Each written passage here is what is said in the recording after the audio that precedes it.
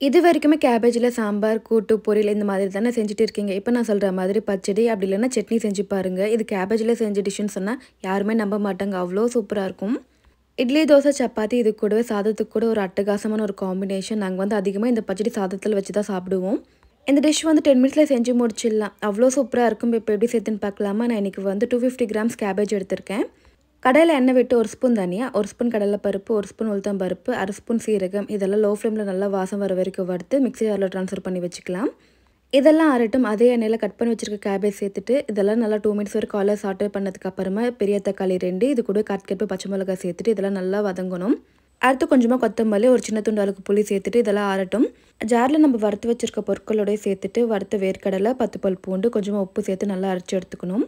அடுத்து நம்ம வதக்கி வச்சிருக்க கேபேஜ் சேர்த்துட்டு நல்லா கொர அரைச்சு எடுத்துக்கிட்டாலே நம்மளோட சூப்பரான கேபேஜ் பச்சடி அப்படி இல்லைன்னா சட்னி ரெடி. கண்டிப்பா ட்ரை பண்ணி பாருங்க. ரொம்ப ரொம்ப நல்லாயிருக்கும்.